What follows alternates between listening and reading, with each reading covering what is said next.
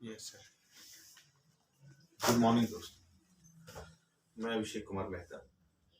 आज जो डिस्कशन करने वाले हैं वह पॉलिटी के एक महत्वपूर्ण पार्ट जिसका एक प्रावधान है पढ़ना, मौलिक अधिकार के बारे में। तो आज जो फंडामेंटल राइट्स के बारे में आज मैं उल्लेख करूंगा। मौलिक अधिकार ये काफी इम्पोर्टेंट है एज ए बीपीएससी को लेकर के, क्योंकि मैं जब बात कर रहा हूँ तो पीसीएस को लेकर के बात कर रहा हूँ, तो ये बीपीएससी को लेकर के काफी इम्पोर्टेंट है फंडामेंटल राइट्स। और ये दोनों में इम्पोर्टेंट है, पीटी में भी और मेंस में। पीटी में भी कई क्वेश्चन कई बार पूछे गए हैं और मेंस में भी कई बार पूछे गए हैं। जैसे अगर मैं मेंस की बात करूं तो 65th मेंस में एक क्वेश्चन था कि एक हाथ से मौलिक अधिकार दिया गया है और दूसरे हाथ से मौलिक अधिकार लिया गया है। एक तो फंडामेंटल राइट्स का ये क्वेश्चन था। दूसरा क्वेश्चन था 63rd बीपीएससी में, 63rd या 62 यही ध्यान है, 63वें या 62वें में जो पूछा गया था कि जीवन के अधिकार से जोड़ करके क्वेश्चन पूछा गया था। ठीक है, और वह क्वेश्चन आर्टिकल 21 से जुड़ा हुआ था। जीवन के अधिकार से क्वेश्चन जो पूछा गया था, दो क्वेश्चंस बीपीएससी इससे संबंधित पूछा है। मेंस में इंपॉर्टेंट हो जाता है, पीटी में कई बार क्वेश्चंस आया है, इसलिए इसकी महत्ता एक काफी ज्यादा है। तो आज मैं मौलिक अधिकार का उल्लेख करूं, लेकिन मौलिक अधिकार का उल्लेख करने से पहले मैं, क्योंकि यहाँ पर दो शब्द आप देखेंगे, मौलिक और एक शब्द देखेंगे अधिकार, तो पहले मौलिक अधिकार में आने से पहले मैं अधिकार का उल्लेख कर रहा हूं कि अधिकार का मतलब क्या होता है, तब जाकर के फंडामेंटल राइट्स यानी मौलिक अधिकार जो है वो समझ में आएगा। अगर मैं अधिकार बात करूं कि अधिकार का मतलब क्या होता है, तो अधिकार का मतलब होता है समाज राज्य द्वारा जो समाज को प्रदान किया जाता है, समाज को प्रदान किया जाता है। समाज बना है व्यक्ति से, तो जो व्यक्ति को प्रदान किया जाता है वो अधिकार। व्यक्ति अर्थात समाज मांग करता है और राज्य उसको देता है, तो जो राज्य द्वारा प्रदान किया जाएगा किसको, तो समाज को, तो समाज में कौन, व्यक्ति, तो व्यक्ति को प्रदान किया जाएगा, समाज को प्रदान किया जाएगा, वो अधिकार है।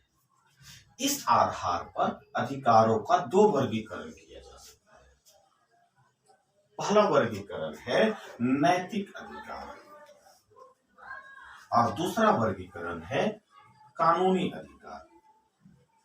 नैतिक अधिकार बाध्यकारी नहीं होता, आपकी इच्छा है आप माने, नहीं इच्छा है नहीं मानेंगे, इसके लिए आपको कोई सजा नहीं मिलने वाली। तो ये बाध्यकारी नहीं है। माता पिता की सेवा करना बाध्यकारी नहीं है, नैतिक अधिकार है, या बाध्यकारी नहीं है। परंतु यदि अब इसको कौन देखेगा, कि समाज देखेगा कि माता पिता का सेवा नहीं कर रहा है या दूसरे का ये उल्लंघन कर रहा है, तो समाज उसके बारे में कार्रवाई करे। तो ये बाध्यकारी, कानूनी रूप से बाध्यकारी नहीं, क्लियर। परंतु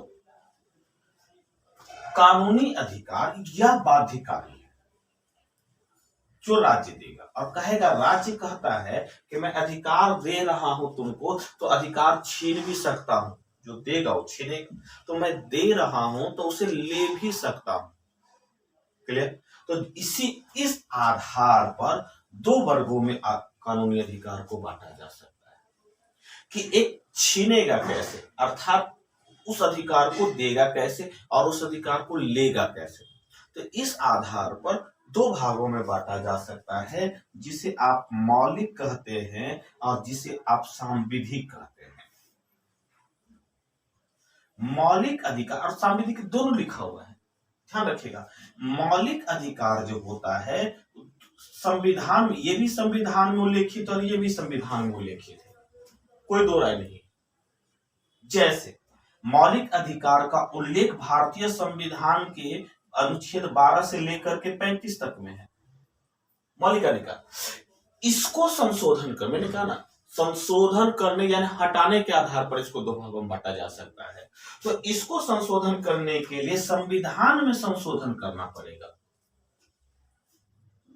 मौलिक अधिकार को, लेकिन इसको संशोधन करने के लिए सामान्य बहुमत की आवश्यकता पड़ेगी संसद में। क्लियर? तो यह गया जो संसद द्वारा बनाया जाता है। तो इसमें संशोधन करने के लिए संविधान की विशेष बहुमत की आवश्यकता नहीं है, सिंपल से आवश्यकता है कि संसद इसको बदल दे। संपत्ति के अधिकार अनुच्छेद 301 को नहीं तो अपने आप बदल जाएगा। तो इस आधार पर कानूनी अधिकार आधार पर इसको दो भागों में मैं जो बातें कर, मैंने भी कहा ना कि इसको चर्चा करनी है, इसकी भी चर्चा होगी, लेकिन इसकी चर्चा छोड़ करके इसकी और इसमें से इसकी, इसलिए पहले अधिकार को पहले बांटेंगे कि अधिकार है कितने प्रकार का। अब क्लियर हो गया सेकेंडरी थिंग्स। अब आते हैं मौलिक अधिकार। जब मैं मौलिक अधिकार की बात कर